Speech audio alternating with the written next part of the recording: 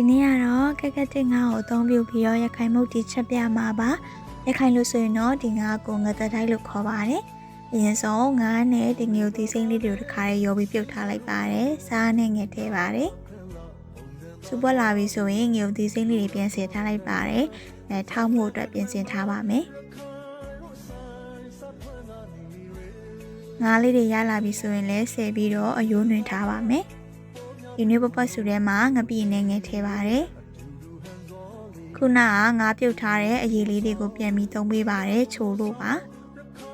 ပပဆူလာပြီဆိုရင်ခုနကအယိုးနှွင်ထားတဲ့ငါးလေးတွေကိုပြန်ထည့်ပေးပါမယ်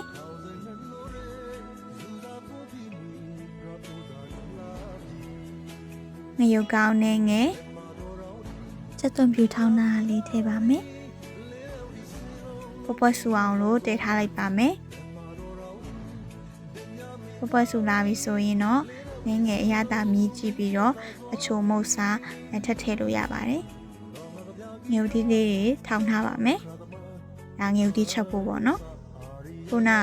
ကအသားနှွင်ထားတဲ့ငါလေးရဲ့ထောင်းထားတဲ့ငရုတ်သီးစိမ်းလေးတွေထည့်ပါမယ်ပြီးတော့ဟင်းရည်လေးနဲ့ငယ်ထည့်ပါမယ်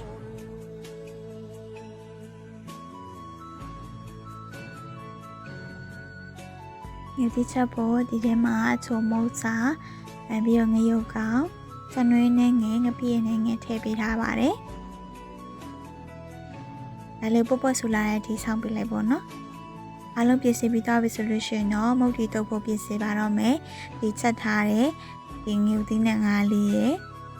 ဒါကတော့အဆက်ပေါ်မူတည်ပြီးကိုကြိုက်တယ်လို့ထည့်လို့ရပါတယ်ပြီးတော့နန်းနန်းပင်လေးရဲ့အကြော်လေးတွေကိုလည်းတစ်ခါတည်းခြေထားလိုက်တယ်ပေါ့နော်ဒီမှာအချိုမုတ်စားပြီးတော့မကြီးမဲ့လေးပြောထားပါတော့အဲ့ဒါလေးထည့်ပေးပါမယ်ချင်းချင်းလေးပေါ့အရသာတော့ကိုလိုတလို့ဒီပေါ်မှာချိန်ဆလို့ရတယ်ငရုတ်သီးလိုငရုတ်သီးထထဲပေါ့နော်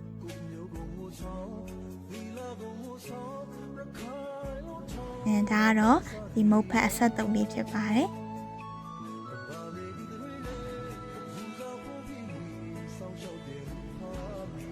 ခုတစ်ခါတော့အချိုတုပ်ပါမယ်ပဲမုံစီချက်ရင်ချိုမုတ်စာခုနလိုပဲမကြီးမဲ့လေးထည့်ပါတယ်မကြီးမဲ့အရေးပြောထားလေးထည့်ပါတယ်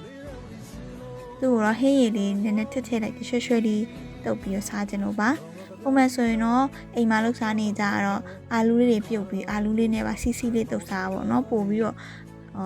စားကောင်းတယ်ဒီနေ့ကတော့အာလူးမတုပ်ဖြစ်တော့လို့ဒီတိုင်းရိုးရိုးလေးပဲတုပ်လိုက်ပါတယ်ဒါကတော့အချိုတုပ်လေးပါအဲ့ရည်လေးနဲ့အတူတူတော့ခွက်စားသုံးဖို့အတွက်ပါဒီတပွဲကတော့ရိုးရိုးဒီမုတ်တီအရေးပေါ့နော်မုတ်တီအရေးတောက်ဖို့ပြင်ထားတာဖြစ်ပါတယ်ခုဆိုရင်တော့အရသာရှိရဲ့ရခိုင်မုတ်တီတစ်ခွက်ရပါပြီ